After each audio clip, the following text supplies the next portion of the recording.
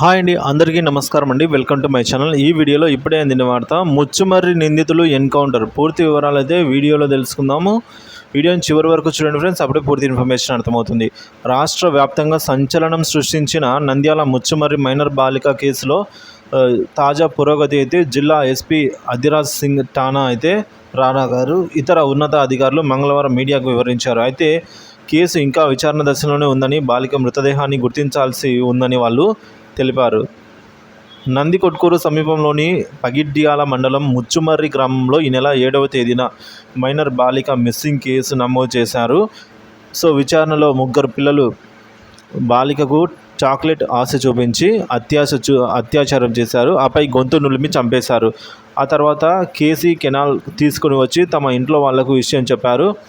ఆపై తమ తల్లిదండ్రుల సహాయంతో సంచిలో ఉన్న బాడీని వనములపాడు గ్రామానికి బైక్పై తీసుకెళ్లి బాలిక డెడ్ బాడీ ఉన్న సంచిలో బండరాయి వేసి కృష్ణానదిలో పడేశారు.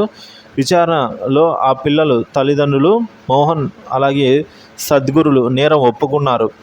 గ్యాంగ్ రేప్ కింద కేసు నమోదు చేసి దర్యాప్తు చేపట్టాం. కేసులో 5గురిని అదుపులోకి తీసుకున్నాం. నిందితుల నుంచి స్టేట్మెంట్ రికార్డ్ చేశాం. విచారణ ఇంకా కొనసాగుతోంది. భవిష్యత్తులో ఇలాంటి ఘటనలు జరగకుండా చర్యలు తీసుకుంటామని ఆయన అన్నారండి, పోలీస్ అధికారి. ఇక మరోవైపు ఘటన జరిగి 10 రోజులైన బాలిక మృతదేహాన్ని కనిపెట్టలేకపోవడం, మైనర్ నిందితుల నుంచి పోలీసులు సరైన సమాచారం రాబట్టలేకపోతూ ఉండటం విమర్శలకు దారితీస్తోందండి. ఇంకోవైపు ఈ కేసులో ప్రభుత్వం ప్రదర్శిస్తున్న ఆలస్యంపై అయితే ముచ్చుమర్రి గ్రామస్తులంతా కూడా మండిపడుతూ ఉన్నారు. వాళ్ళను అలా వదిలేయొద్దు అని అంటున్నారండి అందరూ. 10 రోజులైనా మా పాప ఏమైందో చెప్పలేకపోతున్నారు. మా పాపను అత్యాచారం చేసి చంపేశామని ముగ్గురు చెప్తున్నా పోలీసులు వారిని ఏమీ చేయలేకపోతున్నారు. వాళ్ళను కాల్ చేస్తేనే మా పాప ఆత్మకు శాంతి కలుగుతుంది.